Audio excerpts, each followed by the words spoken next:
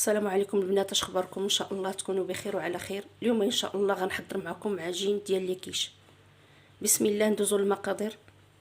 كنحتاجو 500 غرام ديال الدقيق مغربل، فيه معلقه صغيره ديال الملحه او نص كيلو الدقيق الابيض.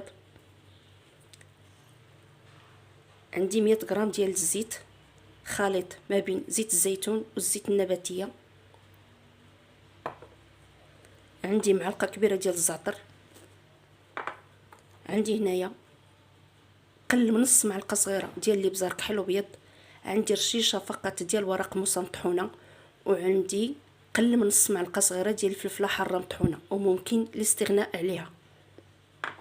وعندي كذلك 50 غرام ديال الزبده الحيوانيه. وعندي هنايا 180 ديال الماء مطحونه معاه 2 فصوص ديال الثومه 180. وعندي فقط رشيشه ديال الخميره ديال الحلوى، رشيشه فقط باش كيجينا العجين خفيف. بسم الله. ندوزو للطريقه ان شاء الله.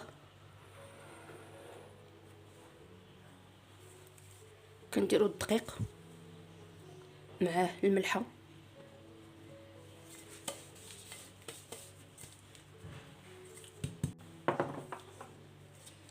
كنديرو الزعتر،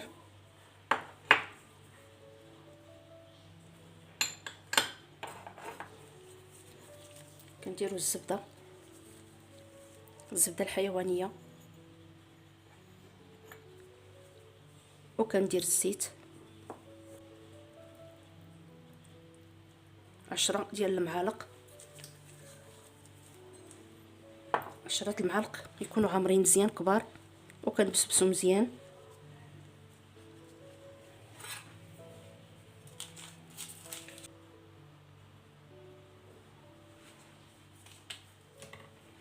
كنبسبسوها مزيان. بعد ما بسبسناها كنضيف دابا الماء اللي مطحونه معاه الثومه، وما كنضيفوش مره.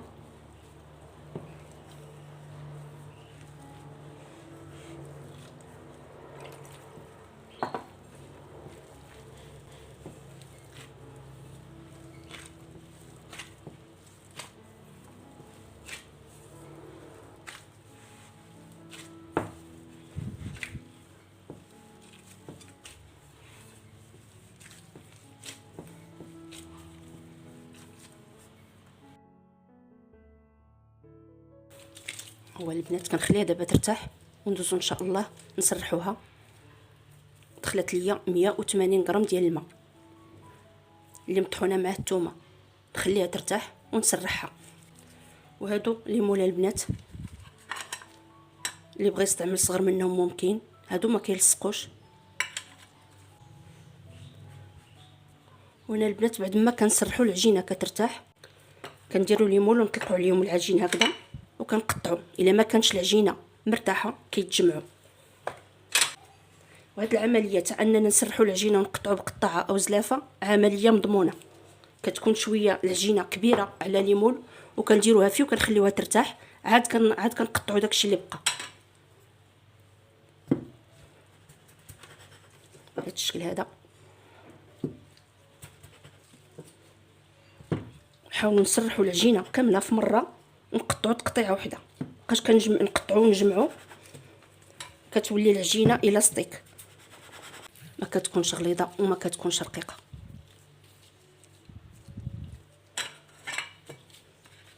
كنديرها دابا انا في ليمون بهذا الشكل. كتجي هي هذيك بزلافه كيشد شويه فقط. فاش كنفينيوهم كنلبسهم دابا الليمون وكنخليهم يرتاحوا بهذا الشكل هذا حتى كترتاح العجينه. عاد كنحيد داكشي اللي بقى من الجناب.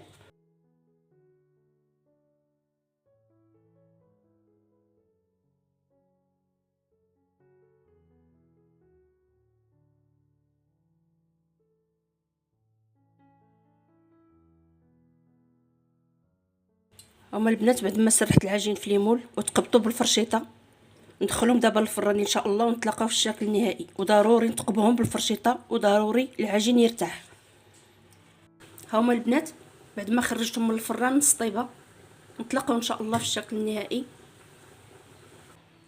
هما اللي كيشا البنات بعد ما وجدوا. كنتمنى ان شاء الله ينالوا الاعجاب ديالكم وبالصحه والراحه، ونتلاقاو ان شاء الله في حصه جديده.